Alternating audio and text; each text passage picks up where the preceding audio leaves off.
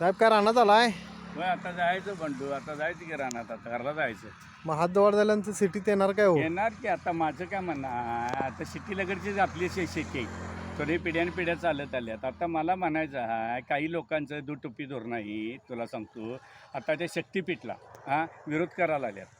तुला सांगतो शक्तीपीठ म्हणणं गोरगरिबाची रानं जाताना हातवाड करताना गोरगरिबाची रानं जाणार नाहीत. जाणार की. आमच्या आम्ही कुठे श्रीमंत आहे, आमच्या शेतावरच पोट आहे ना. पिढ्यान पिढ्या आमची शेती आहे ही. आणि तुम्हाला म्हणणं तुमची उद्या हातवाड झाल्या कोल्हापूरचा विकास होणार. तुम्हाला सांगतो तुमच्या रानाची डबल दर येणार. आता तिथं शक्तीपीठला 5-5 पट्टीनं दर द्यायला आल्यात. मग त्याला काय विरोध करायला आल्यात? आता तिथं जे शक्तीपीठ जाणार, ज्या गावातनं रस्ते जाणार, तिथल्या लोकांना रोजगार मिळणार नाही, तिथला विकास होणार नाही, तिथं होणार पैसे की. मिळणार नाही. मिळणार की. मग तिथं तिकडे एक दाखवता आणि इकडे काय दाखवायला आलायसा तुम्ही? ही देशापुटे आहे की नाही, ज्याचं जळते त्यालाच कळते रे. तोंड बघून तुम्ही माझं बाळ आणि दुसऱ्याचं कार्ट करू नका रे. करताना सरसकट घेतलं पाहिजे. आता हातवाढ करताना पण दोन्ही MIDC घ्यायला नको. खरं घ्यायला उत्पन्न पाहिजे. परिषद आहे महापालिकेत, त्या MIDCत आहेत. IT पार्क बी होणार नाही, होणार की. मग उत्पन्न वाढणार नाही. ते वाढणार. नाही म्हणे घ्यायच्या आणि गोरगरिबाची रानं गावं खेडीपाडे घ्यायची. गोटं बिटं घ्या आणि मग हातवाढ झाली. आणि ज्यांची जी नाचायला आल्यात की नाही त्यांची रानं किती आहेत रे? पहिलं आम्हीच तेवढं काय तुम्हाला सांगतो की नाही, आम्हीच पण मोठं दाखवायचं वय. आणि यांचं काय आहे, मग करताना हिंमताचं तर सरसकट करायची म्हणा. सगळ्यांना सारखा न्याय द्या म्हणतात का बघू. हातवाढ पण झाली पाहिजे. तुला सांगतो हे शक्तीपीठ पण झालं पाहिजे, MIDC पण आल्या पाहिजेत. आणि सुंदर जिल्हा कोल्हापूर का म्हणत नाहीत असं? बरोबर आहे का नाही सांग? बरोबर आहे आणि की. मतापुरती गोड बोलत्यात झाली आणि यांचं फिक्सिंग झालं हे तुला सांगतो.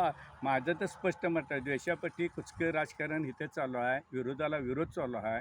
तुला मी सांगतो. आणि ज्याचं जळते त्याला कळते. तोंड बघून करावया चालू आहे. माझं बाळ आणि दुसऱ्याचं काटं अशाने विकास होत नाही आहे. आता हे योग्य आहे काय? साधं परवाचं उदाहरण आहे. शक्तीपीठला काही लोकांनी विरोध केला. का? गोरगरिबाची शेती जाते म्हणून. आणि इथं हातवाडीला गोरगरिबाची शेती जाते, त्याला कोण जबाबदार?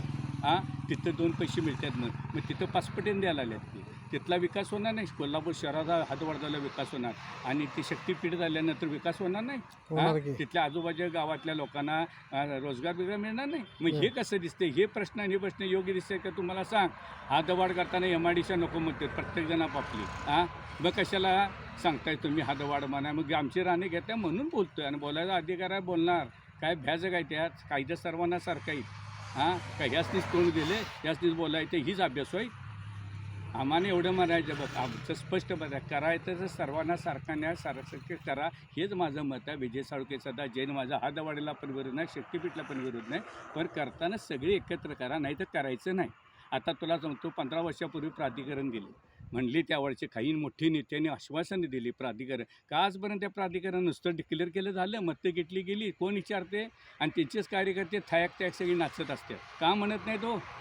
त्यावेळेला जर प्राधिकरणाला तुम्ही बजेट दिलं असतं तर आज काही गोष्टी कोल्हापूर शहरामध्ये आल्या असत्या, विकास झाला असता, आली असती. आता तुला जो पिंपरी चिंचवड म्हणतात, पुन्हा महापालिका म्हणतात का नाही, तुला सांगतो पहिलं प्राधिकरण होऊनच मग ते आत आलेलं आहे. तसं आलेलं नाही आहे. आणि त्यांच्यात नेते पण खमकायत, बोलतात ते करतायत, इथं बोलत्या ठिकाणी करतायत. म्हणून मला राग येतोय. काय?